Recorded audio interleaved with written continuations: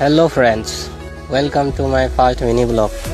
আজি আমি আহিছোঁ বঙাইগাঁও ডিষ্ট্ৰিক্টৰ কয়াকুছিয়া পাৰ্কত। এক্সাম শেষ পাল, গতিকে ভাবিলোঁ অলপ ফুৰি আহোঁ।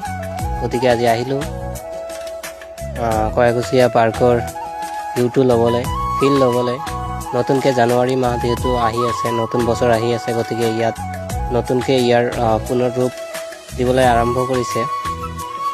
কয়াকুছিয়া পাৰ্কৰ এই ওপৰৰ পৰা যি দৃশ্য দেখিলোঁ, সঁচাকৈ বহুত ধুনীয়া লাগিছে। এতিয়া বিভিন্ন দেশৰ পৰা ইয়াত পৰিভ্ৰমী চৰাইবোৰ আহে, এইবোৰ দেখিবলৈ ধুনীয়া হয়। চাওক না, এই পানীত সাঁতুৰি থকা এই সৰু সৰু মাছবোৰ নতুনকৈ আনিছে, বহুত ধুনীয়া লাগিছে মাছবোৰ দেখিবলৈ। মাছবোৰ কেনেকৈ সাঁতুৰি আছে দেখিবলৈ বহুত ধুনীয়া। আহিব কেতিয়াবাকে, আহি চাই যাব। নতুনকৈ পাৰ্কখন সজাই পৰাই তুলিছে নতুন বছৰৰ কাৰণে।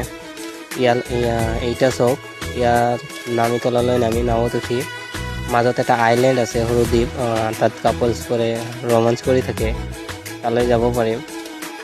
নাও আহি আছে আমাক ল'বলৈ, নাৱত উঠি মজা ল'লোঁ। তাৰপিছত এইটা চাওক না, কি সুন্দৰ কৰি আমাৰ ভাৰতৰ গৌৰৱ জাতীয় পতাকাখন আকাশত উৰি আছে। ৱাও, দেখিবলৈ খুব ধুনীয়া লাগিছে। আহিব কেতিয়াবাকে।